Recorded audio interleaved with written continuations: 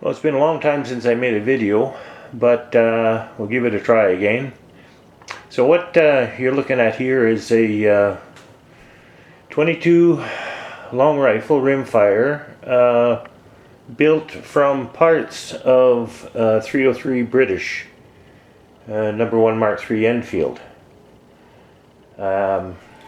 It's just a collection of parts that I was able to get, and so I thought I'd give it a try to see how it works.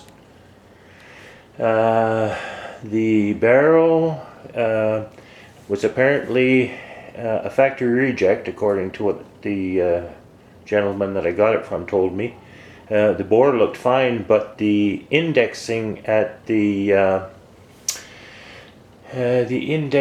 chamber end was off quite a bit, and so I think that maybe that's why they rejected it.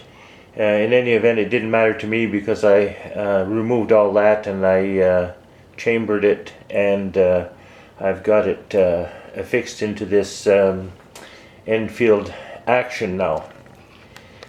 This camera's going to get a bit shaky, sorry about that. Anyway, what I did with the magazine is it had an empty magazine, and I installed a kind of a follower here. So when the bolt is in, this follower is a trough for the loading the bullets, a single shot, and you just drop them on there and they slide in. That part of it works quite well, and on ejection the empties just fall into the empty mag. The scope is a inexpensive Amazon 4-16. It's a West Hunter. Actually, it's a fairly decent scope. It's got the parallax adjustment, so it seems to work quite well.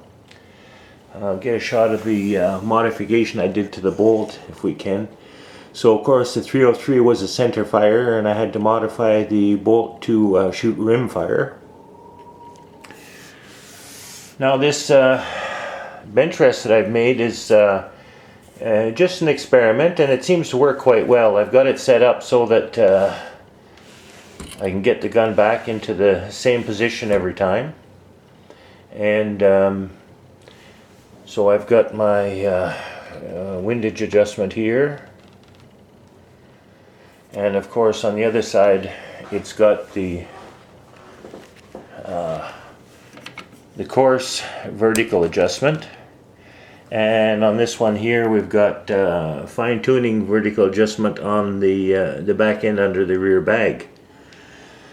I made a kind of a cobbled together pistol grip for it so that I would have better access to the trigger. As you know, if you have ever shot an Enfield, the trigger are definitely not a target trigger. They tend to be a long pull and very stiff.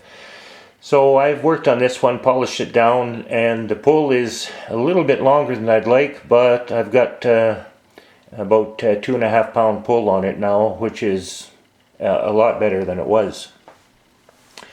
Another thing that I had to do to make it work properly on the bench rest is I had to put a wedge underneath the rear stock, because what was happening the way it was before, the gun wouldn't sit, it would slide back on its own.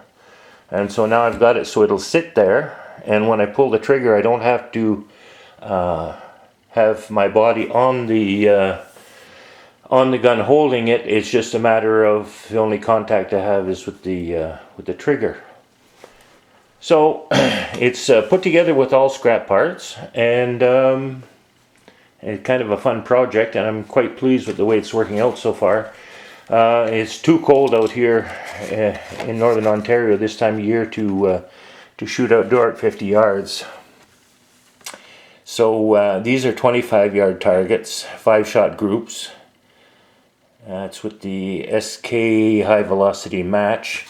It seems to prefer the SK ammo. And here I've got SK long range match at 25 yards. I guess there's still room for improvement, but I'll be interested to see how it does at 50 the way it is. it'll come to the point where I won't gain anything on my accuracy anymore, but I'm just making an attempt to see just how accurate I can make this gun out of used parts. Anyway, that's it. Thanks for watching. Bye for now.